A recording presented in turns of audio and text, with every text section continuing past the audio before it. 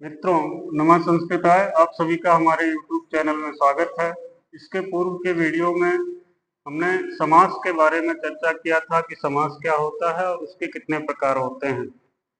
मैंने आपको बताया था कि जो समास होता है वो 6 प्रकार का होता है। उस 6 प्रकारों में जो पहला प्रकार है वह अव्ययी भाव समास है। अब हम अव्यय पहले जान लें। अव्यय क्या होता है तो आप ये जान लें कि अव्यय वह होता है जिसके ऊपर लिंग, विभक्ति और वचन का कोई प्रभाव न पड़े, वह अव्यय कहा जाता है। ऐसा शब्द जिसके ऊपर विभक्ति, लिंग और वचन का कोई भी प्रभाव न पड़े, सभी लिंगों, सभी विभक्तियों, सभी वचनों में जो एक समान बना रहे, वह अव्यय कहा जाता है। अर्थात विभक्ति, वचन और लिंग का कोई भी प्रभाव जिस शब्द पे नहीं पड़ेगा वही अव्यय कहा जाएगा। अब अव्ययी भाव क्या है? ऐसा सामासिक पद जो पहले अव्यय नहीं था और समास होने के बाद वह अव्यय हो गया, इसी को अव्ययी भाव कहते हैं। जैसे उपकृष्णम शब्द है, उपकृष्णम में उप जो है यह अव्यय है और कृष्णम एक सुबंत पद है। सुबंत पद है, उसका रूप चलता है, तो वह अव्यय नहीं है। अर्थात पूर्व का जो पद है वह अव्यय है और जो उत्तर का पद है वह सुबंत पद है, तो अव्यय नहीं है। लेकिन जब दोनों में समास हो जाता है तो जो सामासिक पद बनता है उपकृष्णम, तो उपकृष्णम अव्यय पद हो जाता है। और उपकृष्णम का फिर हम रूप परिवर्तन नहीं कर सकते।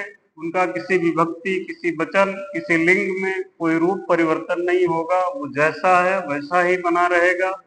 अर्थात पूर्व में जो अव्यय नहीं था, समास होने के बाद उसका भी अव्यय हो जाना ही अव्ययी भाव कहा जाता है। अव्यय का अर्थ आप जान ही गए, भाव का मतलब जैसा हो जाना, यानी कि अव्यय के जैसा हो जाना। जो अव्यय नहीं है उसका अव्यय के जैसा हो जाना ही अव्ययी भाव समास है। आइए अब हम यहाँ देख लेते हैं।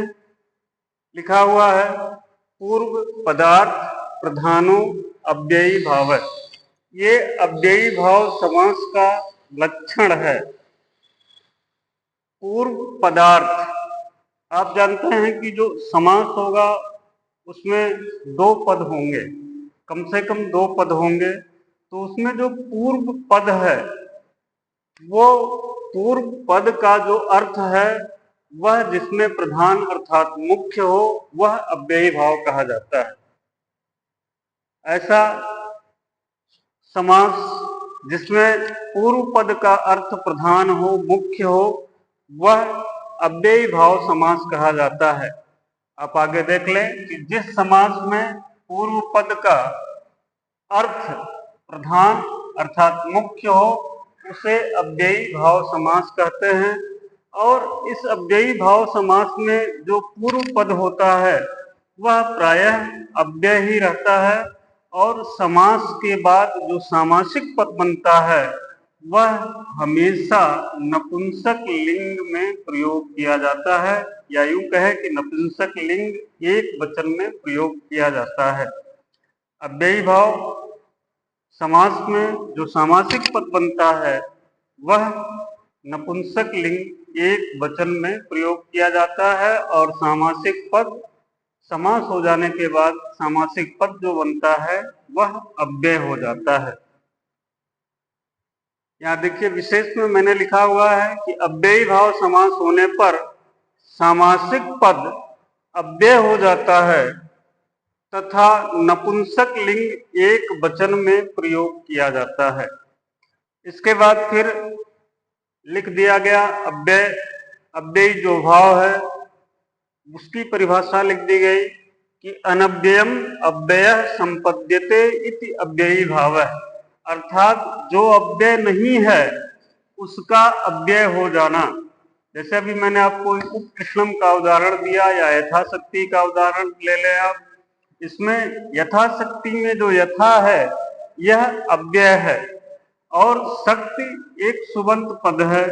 सुबंत चूंकि शक्ति का रूप चलता है, तो जो सुबंत पद है वह जब अव्यय से मिलकर के समास बना देता है तो जो सामासिक पद होता है वह अव्यय हो जाता है, अर्थात शक्ति का भी यथा की तरह अव्यय हो जाना ही अव्ययी भाव समास है।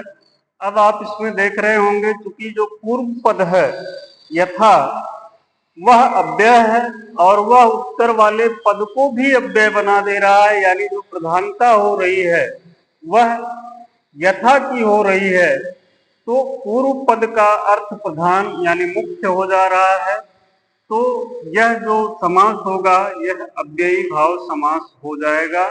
सीधे शब्दों में आप समझ लें कि अव्यय वह होता है जिसका रूप नहीं चलता है और जिसका रूप चलता है वह अव्यय नहीं होता। अब यथाशक्ति जो सामासिक पद बना हुआ है इसका हम रूप नहीं चला सकते। दूसरी बात कि जैसे अभी मैंने उपकृष्णम का उदाहरण आपको यहाँ दिया हुआ है, उपकृष्णम बन गया उपकृष्णम। जब हम इसके साथ कोई क्रिया लगा देंगे, मैंने जैसे गच्छत क्रिया लगा दिया कि उपकृष्णम गच्छत अर्थात कृष्ण के समीप जाता है, तो जो जाना क्रिया हो रही है वह उप के साथ जुड़ रही है, उप की प्रधानता को दर्शा रही है, क्योंकि कृष्ण जो है वह नहीं जा रहा है, कृष्ण के समीप जा रहा है, कृष्ण को कुछ नहीं जा रहा है। जो क्रिया का जो संबंध बन रहा है वह उप के साथ बन रहा है, तो यहाँ उप की प्रधानता है और कृष्ण गौण अर्थ में हो जा रहा है,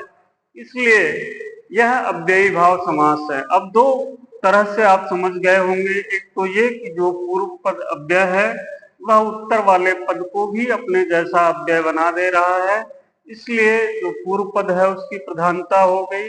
दूसरा, जो पूर्व पद होता है अव्ययी भाव समास में उसका क्रिया के साथ संबंध होता है या क्रिया के रूप में क्रिया के साथ वह प्रधान रूप से जुड़ा रहता है, इसलिए भी यहाँ अव्ययी भाव समास होता है। तो ऐसा जो भी समास होगा जिसमें पूर्व पद क्रिया के साथ मुख्य रूप से जुड़ेगा वह अव्ययी भाव समास कहा जाएगा।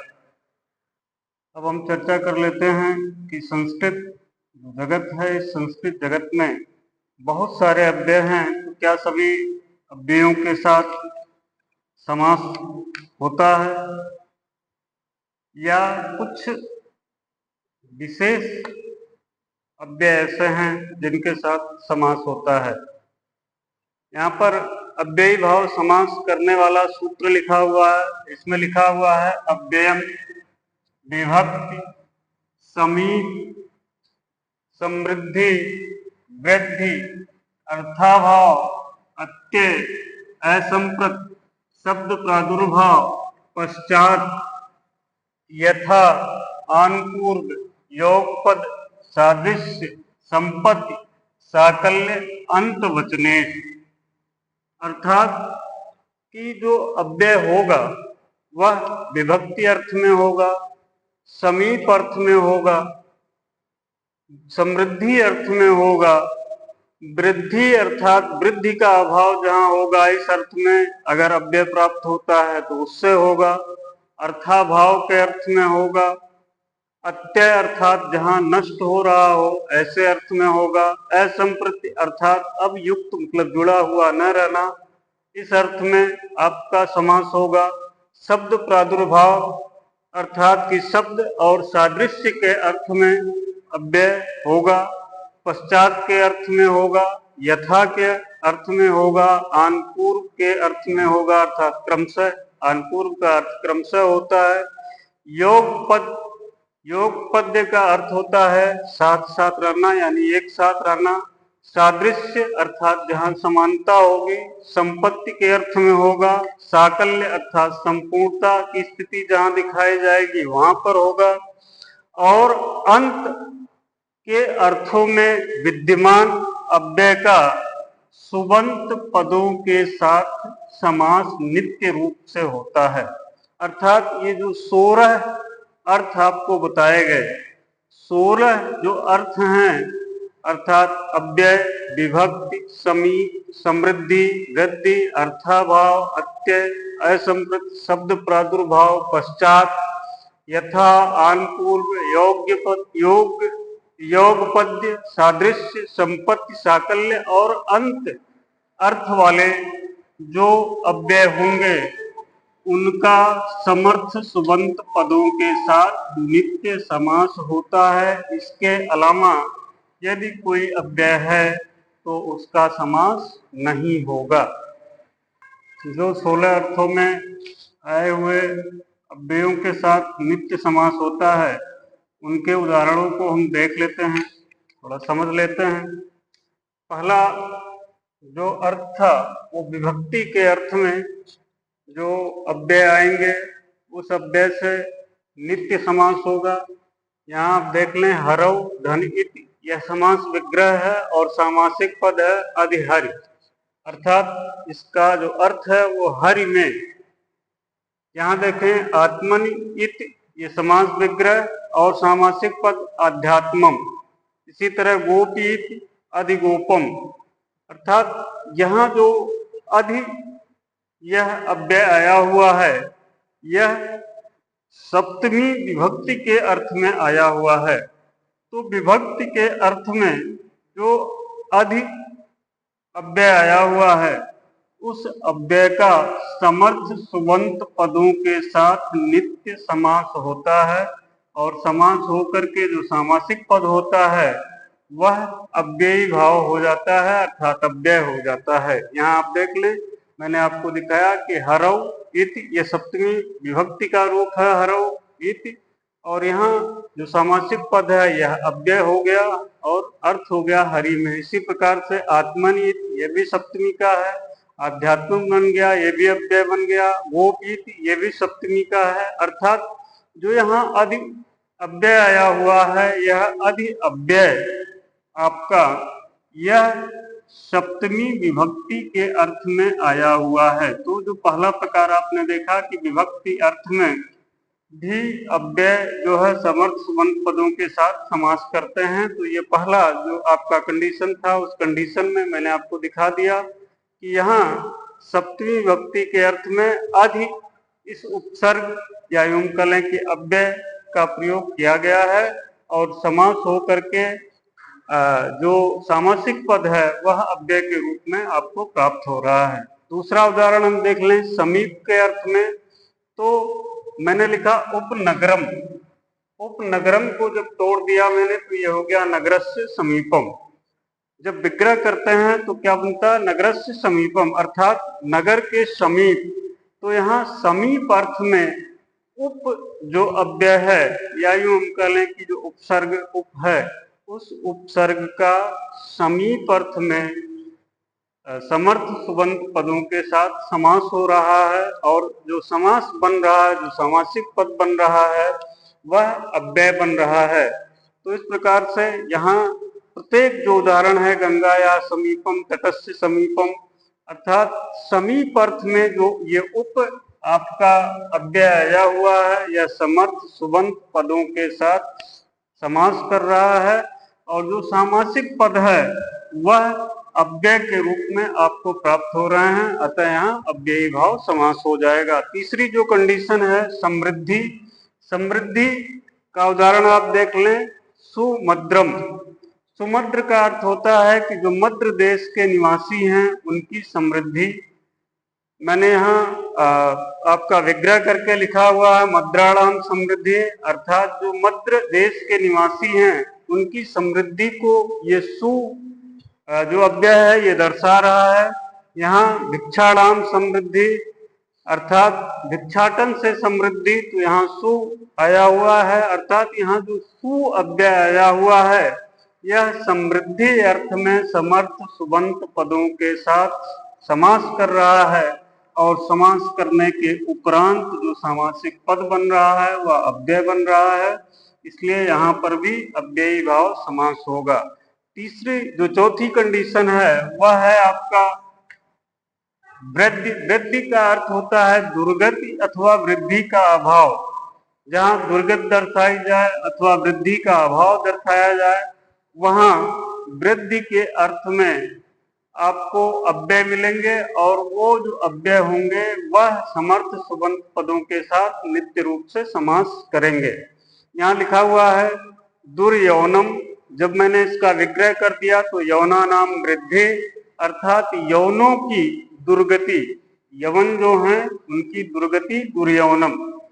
और यहाँ फिर दूसरा जो उदाहरण है भिक्षाणाम वृद्धि, अर्थात भिक्षा में वृद्धि न होना या भिक्षा न प्राप्त होना, ऐसा अर्थ है। तो यहाँ जो दुर आपका अव्यय पद मिल रहा है, यह अव्यय पद या यूं हम कहें जो दुर उपसर्ग है, यह उपसर्ग वृद्धि अर्थ में आपको, अर्थात दुर्गति और वृद्धि का अभाव अर्थ में आपको प्राप्त हो रहा है। और यह समर्थ सुबंत पदों के साथ नित्य समास करके सामासिक पद बना रहा है। जो सामासिक पद मिल रहा है वह सामासिक पद भी अव्यय हो रहा है, इसलिए यहाँ पर अव्ययी भाव समास है। अगला हम देखते हैं कि अर्थाभाव अर्थ में जो अव्यय आते हैं वह भी सुबंत पदों के साथ नित्य समास करते हैं। जैसे यहाँ लिखा हुआ निर्मक्षिकम, जब हमने इसका विग्रह किया तो मक्षिकाणाम अभाव है, अर्थात मक्षियों का अभाव। यहाँ अभाव जो अर्थाभाव है उसके अर्थ में निर जो अव्यय है इसका प्रयोग हुआ है और ये मक्षिकाणाम अभाव है। निर्मक्षिकम, मक्षी जो शब्द है, मक्षी शब्द से समास करके निर्मक्षिकम अव्यय पद बना देते हैं। इसी तरीके से जना नाम अभाव है, निर्जनम, अर्थात ऐसा स्थान जहाँ पर लोगों का अभाव हो वह निर्जन है। यहाँ निर जो अव्यय है वह जन शब्द जो सुबंत है उसके साथ समास करके अव्यय बना दे रहे हैं, अव्यय सामासिक पद बना रहे हैं। ऐसा सामासिक पद जो अव्यय है तो यहाँ पर अव्ययी भाव समास हो जाता है। इसी प्रकार से प्राणानाम अभाव है, निष्प्राणम, अर्थात प्राणों का अभाव, निष्प्राण। यहाँ पर जो निर आप अव्यय देख रहे हैं, यह निर अव्यय अर्थाभाव के अर्थ में प्रयोग हो रहा है और यह विभिन्न सुबंत पदों के साथ समास करके सामासिक पद बना रहा है, जो कि अव्यय सामासिक पद बन रहा है। इस प्रकार से हम देख रहे हैं कि यह जो निर है यह अर्थाभाव के अर्थ में सामासिक अर्थाभाव के अर्थ में सुबंत पदों से समास करके अव्ययी भाव समास कर दे रहा है। यहाँ देखिए लिखा हुआ कि यहाँ निर अव्यय का प्रयोग अर्थाभाव अर्थ में हुआ है। आगे हम देखते हैं अत्यय। अत्यय अर्थात ध्वंस या नाश के अर्थ में। अत्यय का अर्थ ही होता है ध्वंस या नाश, जहाँ पर नाश की स्थिति हो या ध्वंस हो। तो यहाँ लिखा हुआ अतिहिमम, अतिरोगम। जब हमने इसका विग्रह किया तो ये हिमस्य अत्यय, अर्थात हिम का नाश, बर्फ जो हिम है उसका नाश। रोगस्य अत्यय, अतिरोगम, रोग का नाश। यहाँ जो अति अव्यय आया हुआ है यह हिम और रोग, ये जो दो सुबंत हैं इनके साथ समास करके नया सामासिक पद बना रहा है जो कि अव्यय है। इसी तरीके से और भी उदाहरण आपको मिलेंगे। यहाँ मैं आपको दो ही उदाहरण दे रहा हूँ, दो तीन उदाहरण आप देख लें। इसके बाद के उदाहरण आपको पाठ्य पुस्तकों में मिल जाएंगे, क्योंकि बहुत ज्यादा यहाँ लिख पाना और दिखा पाना आपको थोड़ा संभव नहीं है। तो मैं आपको उदाहरण के रूप में बता दे रहा हूँ कि जहाँ पर नाश या ध्वंस आएगा वहाँ नाश और ध्वंस के अर्थ में अव्यय सुबंत पदों के साथ नित्य रूप से समास करेंगे और जो समासिक पद बनेगा वह अव्यय होगा। मैंने आपको दो उदाहरण दे दिया। यहाँ भी मैंने लिखा हुआ कि यहाँ अति अव्यय का अत्यय अर्थ में प्रयोग हुआ है, यानी कि अत्यय अर्थ में जो भी अव्यय आएंगे वह सबक सुबंत पदों के साथ नित्य रूप से समास करेंगे और सामासिक पद जो बनेगा वह अव्यय बनेगा और यह अव्ययी भाव समास का एक उदाहरण होगा। अगला जो है शब्द प्रादुर्भाव, यानी कि शब्द का जो प्रकाश निकलता है, शब्द का प्रकाश, इसका अर्थ हुआ, यहाँ देखिए लिखा हुआ इति हरि इति ज्ञानम, अर्थात हरिस्य शब्दस्य प्रकाश है। हरि शब्द का, जो हरि शब्द है उसका प्रकाश, उसको हम इति हरि कहते हैं। ज्ञानस्य शब्द, शब्दस्य ज्ञान शब्दस्य प्रकाश है। इति ज्ञानम, यहाँ जो इति अव्यय आया हुआ है, यह ज्ञान और हरि सुबंत पदों के साथ समास बनाता है। इसी तरीके से इति पाणिनि हो जाएगा, इति विष्णु हो जाएगा, इति रामम हो जाएगा। विभिन्न आपको उदाहरण मिलेंगे आपके पाठ्य पुस्तकों में, आप वहां देखिएगा।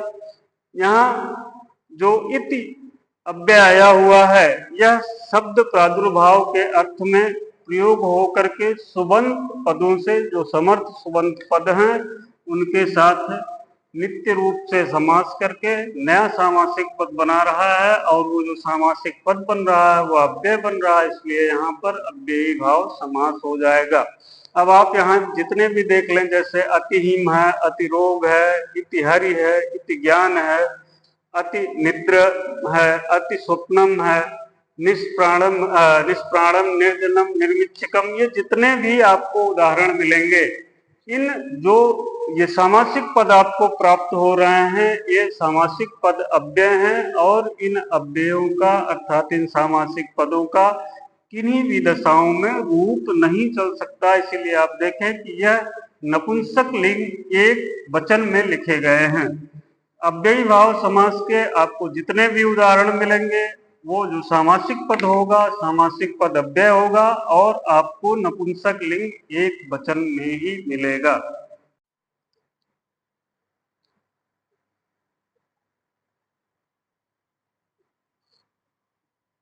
अब हम आगे देखते हैं कि पश्चात के अर्थ में विद्यमान अव्यय पदों का समर्थ सुबंत पदों के साथ अव्ययी भाव समास होता है। उसका उदाहरण विष्णु पश्चात, अर्थात विष्णु के पश्चात तो जो समासिक पद बनेगा वो अनविष्णु बन जाएगा। इसी तरीके से रथस्य पश्चात यहाँ अनुरथम बन जाएगा, अर्थात रथ के पीछे और विष्णु के पीछे, ऐसा अर्थ हो जाएगा। तो यहाँ पश्चात अर्थात पीछे के अर्थ में प्राप्त जो अनु, ये अव्यय पद है, इसका विष्णु और रथ सुबंत पद के साथ समास होकर के अव्ययी भाव समास हो रहा है, और सामासिक पद अनुविष्णु और अनुरथम बन रहा है। इसी तरीके से यथा के अर्थ में जो विद्यमान अव्यय पद होते हैं, उनका भी सुबंत पदों के साथ समास होता है, और वह समास अव्ययी भाव समास होता है।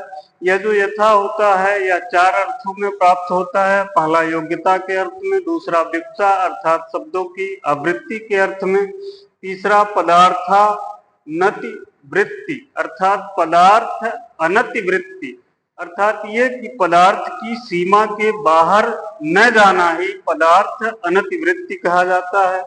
और चौथा होता है सादृश्य के अर्थ में, अर्थात समानता के अर्थ में। यथा इन चार अर्थों में प्रयोग होता है, योग्यता के अर्थ में, शब्द की आवृत्ति के अर्थ में, पदार्थों की सीमा से बाहर न जाने के अर्थ में, और समानता के अर्थ में। यथा जो यह अव्यय पद है, इसका प्रयोग किया जाता है। अब यहाँ हम देख लेते हैं, पहला योग्यता के अर्थ में जो हम यथा का प्रयोग करेंगे, तो रूपस्य योग्यम और गुणस्य योग्यम ऐसा बनेगा।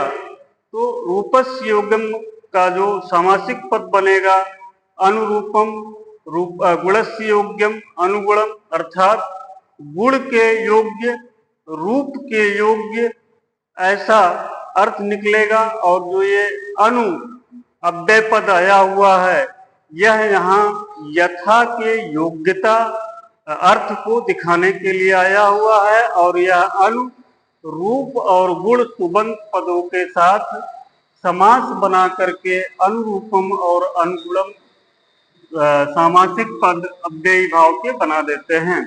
इसी तरीके से विप्सा अर्थ में जब हम यथा का प्रयोग करेंगे, तो विप्सा का अर्थ होता है शब्द की आवृत्ति। जैसे आप उदाहरण में देखें, एकम एकम प्रति, यहाँ एक ही शब्द दो बार आ रहा, एकम एकम प्रति। जब हम इसका समास कर देंगे तो हो जाएगा प्रत्येकम। इसी तरीके से दिनम दिनम प्रति, जब हम इसका समास कर देंगे तो हो जाएगा प्रतिदिनम। और भी आपको उदाहरण मिलेंगे, जैसे प्रतिजनम, प्रति छात्रम, प्रति दिशम, इस तरीके के आपको उदाहरण तमाम सारे मिलेंगे। ये यहाँ जो प्रति अव्यय शब्द है, यह यथा अव्यय शब्द के विवक्षा अर्थ में समर्थ सुबंत पदों के साथ समास बना करके प्रत्येकम और प्रतिदिनम अव्ययी भाव समास बनाता है। और प्रत्येकम का मतलब कि प्रत्येक, मानी कि हर एक को, प्रतिदिनम का मतलब प्रतिदिन यानी बार बार जो दिन आए। फिर तीसरे जो अर्थ है यथा का, वह है पदार्थ अनतिवृत्ति, अर्थात पदार्थ की सीमा से बाहर न जाने के अर्थ में भी यथा का अव्यय पद का प्रयोग होता है। तो यहाँ मैंने कर दिया शक्तिम अनतिक्रम, अर्थात जो शक्ति है उस शक्ति का अनिक्रमण न करना, अतिक्रमण न करना, अर्थात शक्ति के अनुसार। और जो सामासिक पद बन जाएगा वह यथाशक्ति बन जाएगा। इसी तरीके से बुद्धिम अनतिक्रम, अर्थात बुद्धि के अनुसार, तो बन जाएगा यथा बुद्धि। यहाँ जो यथा ये अव्यय पद आपको मिल रहा है, यह सवर्थ जो ये शक्ति और बुद्धि सुबंत पद हैं, इनके साथ अव्ययी भाव समास करके यथाशक्ति और यथा बुद्धि सामासिक पद बन जा रहा है। इसी तरीके से सादृश्य के अर्थ में हम देख लेते हैं। सादृश्य अर्थात समानता के अर्थ में हरे सादृश्यम, यानी कि हरि के समान। दूसरा रूपस्य सादृश्यम, अर्थात रूप के समान। तो यहाँ पर जो स आया हुआ है, स अव्यय पद यथा के बदले यह अव्यय पद हरि और रूप समर्थ सुबंत पद के साथ। अब आगे देखते हैं आन पूर्व के अर्थ में, अर्थात क्रम के अर्थ में विद्यमान अव्यय पदों का समर्थ सुबंत पदों के साथ अव्ययी भाव समास होता है। क्रम के अर्थ में जैसे उदाहरण मैंने दिया कि ज्येष्ठस्य आन पूर्वेण, ज्येष्ठस्य आन पूर्वेण, अर्थात ज्येष्ठता के क्रम से, ज्येष्ठता के क्रम से। तो यहाँ जो अनु ये आया, ये अनु अव्यय आन पूर्वेण के अर्थ में आया हुआ है। इसी तरीके से वर्णस्य आन पूर्वेण अनुवर्णम, अर्थात वर्ण के क्रम से, अर्थात वर्ण के क्रमानुसार। तो यहाँ आप देख रहे हैं कि जो अनु ये अव्यय पद आया हुआ है, यह समर्थ जो सुबंत ये ज्येष्ठ और वर्ण शब्द हैं, इनके साथ समास करके अनुज्येष्ठम और अनुवर्णम सामासिक पद बना रहे हैं, जो कि अव्ययी भाव समास के अंतर्गत आते हैं। इसी तरीके से योग पद्य, अर्थात साथ होना के अर्थ में जो प्राप्त या विद्यमान अव्यय पद होंगे, उनका सवर्त सुबंत पदों के साथ समास अव्ययी भाव होगा।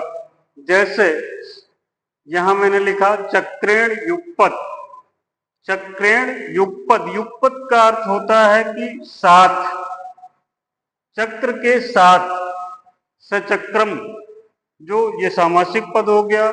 हर्षेण युगपत, यानी कि हर्ष के साथ, तो यहाँ सहर्षम और सचक्रम बन गया। यहाँ जो ये स आया हुआ है अव्ययी अव्यय पद, यह चक्र और हर्ष समर्थ सुबंत के साथ अव्ययी भाव समास करते हैं। इसी तरीके से अगला है सादृश्य के अर्थ में, अर्थात जैसा के अर्थ में जो विद्यमान अव्यय पद होंगे, उनका समर्थ सुबंत पदों के साथ अव्ययी भाव समास होगा। जैसे यहाँ देख लें सदृश सख्या, अर्थात मित्र के समान, मित्र के जैसा। सदृश वर्णेन, अर्थात वर्ण के जैसा, उस वर्ण के जैसा। तो यहाँ हो गया ससच और सवर्णम, अर्थात यहाँ जो स यह अव्यय पद आया हुआ है, यह सच और वर्ण इन सुबंत पदों के साथ अव्ययी भाव समास करके सशक और सवर्णम पद बनाते हैं। इसी तरीके से अगला है संपत्ति के अर्थ में प्राप्त जो अव्यय पद होंगे उनका समर्थ सुबंत पदों के साथ अव्ययी भाव समास होगा। जैसे देख लें उदाहरण के रूप में छत्राणाम संपत्ति, जो क्षत्रियों की संपत्ति है, राजाओं की, या कह लें कि क्षत्रियों का जो संपत्ति है वह सछत्रम। अगला देखें साकल्य अर्थात संपूर्णता के अर्थ में। संपूर्णता का अर्थ होता है कि मतलब कुछ भी न छोड़ना, यानी पूरा पूरा हिस्सा जो होता है, पूरा पूरा भाग, वह संपूर्ण कहा जाता है। यहाँ उदाहरण देखें तृणम अपि अपरित्यज्य, अर्थात कि तिनका भर भी न छोड़ना, यानी कि सतृणम यानी कि तिनके के साथ पूरा भाग ले रहा है, तिनके के साथ पूरा भाग प्राप्त करना। तो यहाँ जो ये स आया हुआ है यह संपूर्णता के अर्थ में प्राप्त अव्यय है, जो तृण इस समर्थ सुबंत के साथ अव्ययी भाव समास करके सतृणम ऐसा बन जाता है। अंतिम जो है यह अंत वचन अर्थात समाप्ति को दर्शाता है, और समाप्ति या अंत वचन के अर्थ में विद्यमान जो सुबंत पद अव्यय पद होंगे उन अव्यय पदों का सवर्थ सुबंत के साथ अव्ययी भाव समास होगा। जैसे यहाँ लिखा हुआ अग्नि ग्रंथ पर्यंतम, यानी कि अग्नि ग्रंथ की समाप्ति तक पढ़ता है या अध्ययन करता है, तो हो गया साग्नि। तो यहाँ जो स आया हुआ है यह अंत वचन के अर्थ में प्राप्त अव्यय पद है, जो अग्नि के साथ अव्ययी भाव समास करके साग्नि ऐसा सामासिक पद बना देता है। मित्रों, इस प्रकार से आपने देखा कि जो यह अव्ययी भाव समास है यह इन 16 रूपों में, इन 16 अर्थों में समर्थ सुबंत पदों के साथ अव्ययी भाव समास में जो अगला सूत्र प्राप्त होता है वह नदीधिश्च है। नदीधिश्च अर्थात नदी भी है, च यहाँ लगा हुआ, च का अर्थ और, अर्थात और नदी भी। तो और क्यों कहा? क्योंकि इसके पहले 16 अर्थों में ये अव्ययी भाव की चर्चा आपसे कर चुके हैं। तो यहाँ कह रहे हैं कि यदि नदीवाची शब्दों का संख्यावाची शब्दों के साथ समास होता है तो वह अव्ययी भाव समास कहा जाता है। यदि नदीवाची शब्द हों और उनके साथ संख्यावाची शब्दों का समास होता है तो वह अव्ययी भाव समास कहा जाता है। जैसे उदाहरण यहाँ मैंने लिखा कि पंचानाम गंगानाम समाहारः पंचगंगम। पंचगंगम, यहाँ गंगा आया हुआ है, गंगा नदी है, और यह संख्यावाची शब्द के साथ समास कर रहा है, यानी यहाँ 5 ये संख्या है और गंगा ये नदी है। तो जब नदीवाची शब्द होंगे और संख्यावाची शब्दों के साथ समास करेंगे तो जो सामासिक पद बनेगा वह अव्ययी भाव समास होगा और नपुंसक लिंग एक वचन में प्रयोग किया जाएगा। इसी तरीके से आप देखें दूसरा उदाहरण, द्वयो यमुनयो समाहारः, अर्थात 2 यमुना का समाहार, 2 यमुना का समाहार, अर्थात द्वि यमुनम, 2 यमुना जहां मिलती हो, समाहार जहां होता हो, जहां पे उनका संगम होता हो, उसको हम द्वि यमुनम कहते हैं। यहाँ भी यमुना नदी है और यह संख्या है और यमुना नदी है। तो नदीवाचक यमुना के साथ द्विवाचक संख्या का समास हो रहा है और जो सामासिक पद बन रहा है यह अव्ययी भाव समास है। और इसी तरीके से कोई जरूरी नहीं है कि 5 और 2 ही हो, त्रयाणाम, चतुर्णाम, पंचानाम, ठीक, मतलब 2 हो तो भी, लेकिन संख्या दी हुई हो, यानी कि संख्या अगर एक होगी तो संख्या दी नहीं जाएगी, अर्थात 2, 3, 4, 5, 6 या इसके आगे जो भी संख्या आपको मिलती है, तो संख्या वाची शब्द हो और उसका नदीवाची शब्द के साथ समास हो रहा हो, तो ऐसा जो समास होगा वह अव्ययी भाव समास कहा जाएगा। कुछ मित्र कभी कभी थोड़ा सा कंफ्यूज हो जाते हैं कि संख्यावाची पद देख लेते हैं तो वो सीधे उसको द्विग समझने लगते हैं, क्योंकि आगे जब हम पढ़ाएंगे तो उसमें द्विग का लक्षण ही है संख्या पूर्वो दिगु, अर्थात पूर्व में यदि संख्या हो तो द्विग समास।